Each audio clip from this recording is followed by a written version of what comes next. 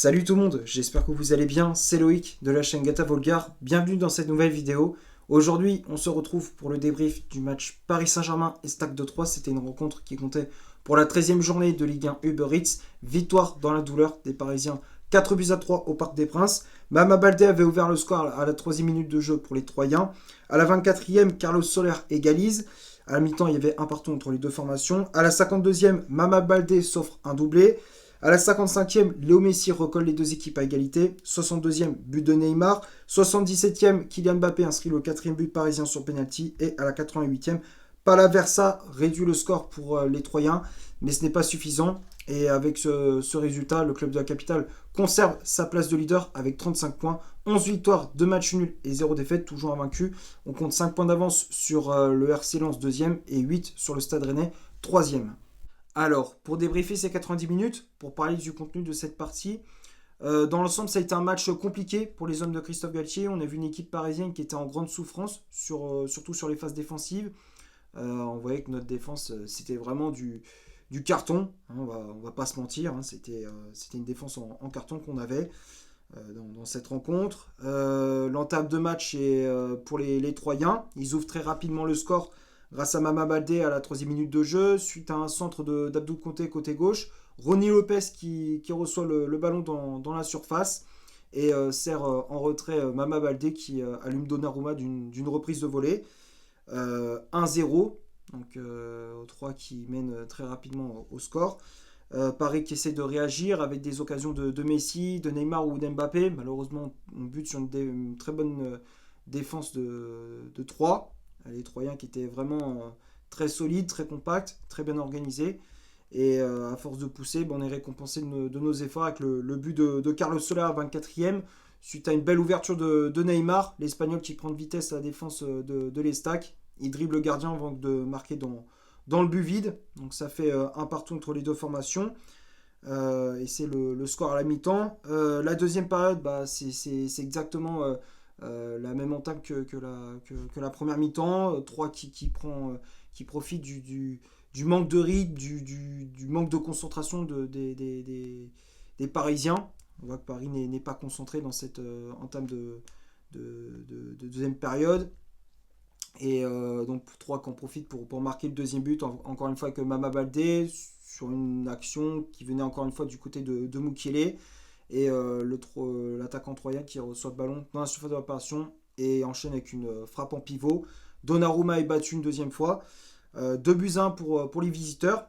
Et puis après, quelques minutes après le but de Baldé, un bijou de Messi. Encore une fois, le but de Messi est magnifique.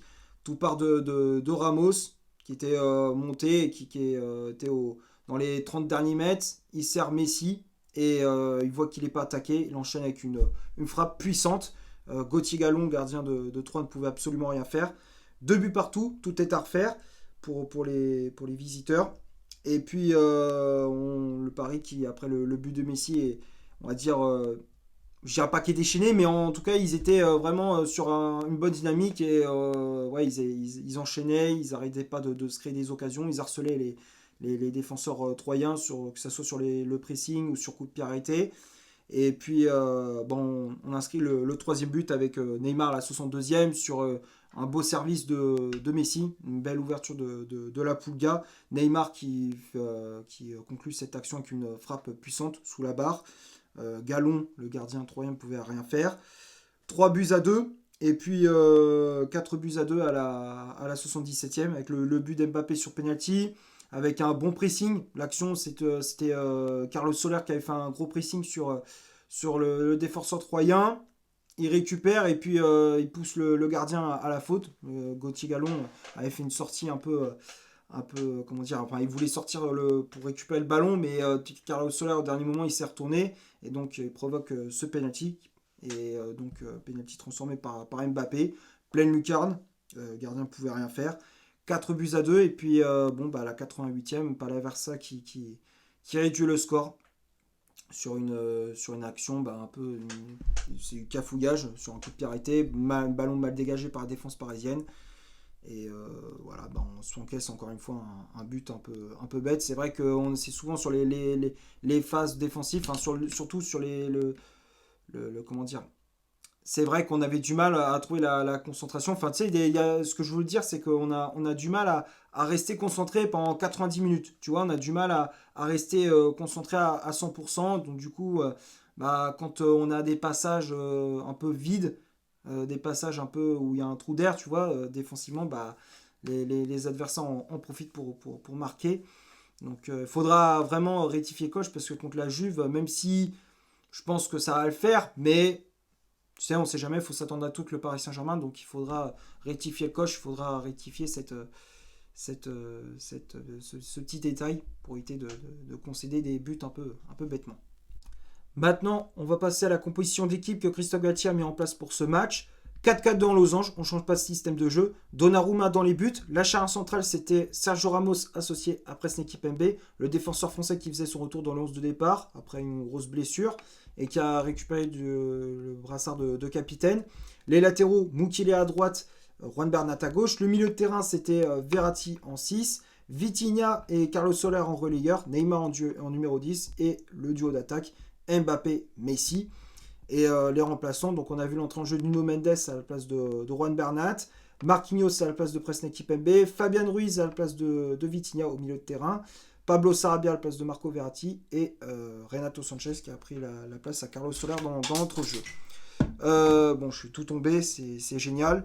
Bon, le 11 de départ, pas grand chose à dire, c'était du classique. Alors il y a eu quelques retours, c'est vrai, avec la titularisation de Presnel Kimpembe, qui pour moi n'a pas fait un bon match. Hein. Bon, après, c'est vrai qu'il revient de blessure, donc c'est compliqué. Il faudra lui laisser du temps, mais en tout cas, ça a été, pour son retour, ça a été, il n'a pas fait une bonne prestation. On voit qu'il manquait d'agressivité sur le porteur du ballon, jamais placé au bon endroit.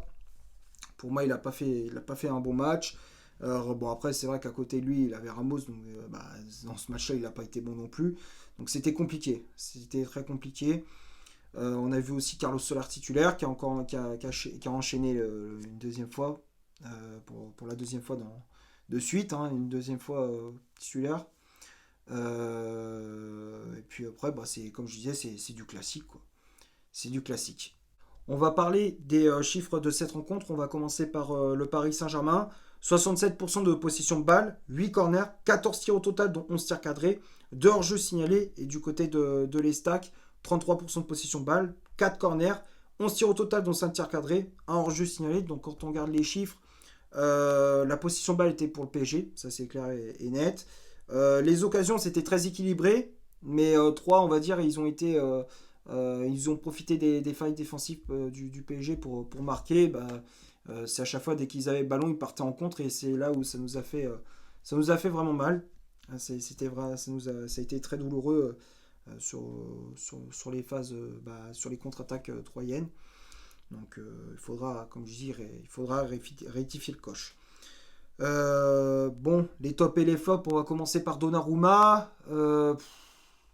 Ouais, il a pas été exceptionnel. Hein, il a encaissé 3 buts. Après, sur les 3 buts, il peut pas faire grand-chose, mais il a quand même sorti quelques arrêts importants. Il aurait pu, surtout en fin de match, il évite le quatrième but troyen sur coup de pied arrêté. Il a quand même été assez rassurant.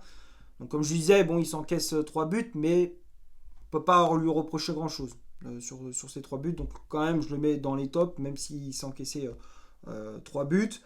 La charnière centrale, Ramos Kipembe, les deux je les mets dans les flops. Ramos qui a été vraiment en difficulté tout le long du match, qui avait du mal, qui était en manque de vitesse. À chaque fois, dès qu'un joueur de 3 mettait un coup de rein, bah, il était aux fraises.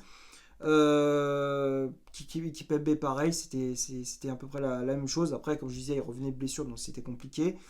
Mais bon, il faudra qu'il se remette, il faut qu'il retrouve rapidement le rythme. Les latéraux, Mukiele et Bernat. Bernat, ça a été très compliqué aussi. Défensivement, il a énormément souffert. Sur les phases offensives, on ne l'a pas trop vu. Donc, prestation décevante du latéral espagnol. Mukiele, on va dire que c'est le seul Parisien qui a été, on va dire, le moins mauvais sur les phases défensives. Hein. Il a quand même fait de bonnes interventions sur le côté droit, surtout en deuxième période. Première période un peu compliquée, mais après, il s'est un peu réveillé en deuxième. Donc on va dire, je le mets dans les tops, mais c'est pas non plus un gros top, tu vois. Il n'a pas été mauvais, mais bon, ça s'attendait à mieux de la part de Nordi Mukiele. Donc Mukiele, je mets dans les tops, mais sans plus. Milieu de terrain, Verratti, Soler, Vitinha et Neymar, les 4. Je les mets plutôt dans les tops. Hein. Verratti qui n'a pas fait un mauvais match pour son retour aussi. J'avais oublié de préciser qu'il était de retour dans le 11 départ. Verratti qui a récupéré des ballons, qui a distribué le jeu à droite pour Soler, à gauche pour Vitinha, dans l'axe aussi pour les trois attaquants, Messi, Neymar et Mbappé. Il s'est bien battu aussi dans l'entrejeu. Donc bon match de Verratti. Soler et Vitinha, je les mets dans les tops également. Soler qui a fait une très bonne prestation. Il est allé au pressing, il n'hésitait pas à presser, il a provoqué un penalty, il a été buteur. Bon match de Carlos Soler qui enchaîne les bonnes prestations. J'espère que ça va continuer sur ce rythme-là. Vitinha un peu en dessous par rapport à d'habitude. Il n'a pas été mauvais, mais un peu en dessous par rapport à ce qu'il nous proposait d'habitude. Bon, il a quand même récupéré des ballons, s'est projeté pas mal de fois vers l'avant. Dans la conservation de balle, il était toujours là, mais on va dire qu'il était un petit peu en dessous. Il a quand même un peu souffert dans la bataille du milieu de terrain. Donc Vitinha, je mets quand même dans les tops. Neymar, il a régalé. Hein. Même si c'est, comment dire, il a eu un petit peu comment dire, de difficultés sur certaines actions à conclure. Mais après, il a fait quand même une bonne prestation. Il a été plutôt bon, il a été booster, passeur aussi. Très bon match de Neymar, Messi, Mbappé pareil, hein, les deux j'ai mis dans les tops. Les trois de devant, ils nous ont sauvés, hein, clairement, hein, on va pas se mentir. Messi qui a été buteur, passeur, Mbappé qui a été buteur sur penalty. Et puis les remplaçants, Mendes, Marquinhos, Ruiz, Sarabia et Renato Sanchez. Mendes, il n'a pas fait une mauvaise entrée en jeu. Alors il n'a pas été exceptionnel, mais on va dire que ça va. Marquinhos compliqué, Fabien Ruiz plutôt une bonne entrée en jeu. Alors il n'a pas été exceptionnel, c'est vrai, mais il a quand même été important dans l'impact physique, dans l'agressivité, dans la récupération de balles aussi. Il a été important dans l'entrejeu. Le milieu espagnol, Sarabia, ouais, bon, pas exceptionnel. Renato Sanchez non plus, pas exceptionnel. Je pense avoir fait à peu près le tour pour ce match. J'espère que ça vous aura plu, hein, ce débrief. Tu me dis dans les commentaires ce que tu as pensé du match et de mon analyse. N'hésite pas à lâcher un like, tu t'abonnes. N'hésite pas à faire un tour sur mon compte Instagram. Le lien est dans la description, hein, tu connais la chanson. Et d'ici là, portez-vous bien, on se retrouve pour un prochain débrief. Ciao!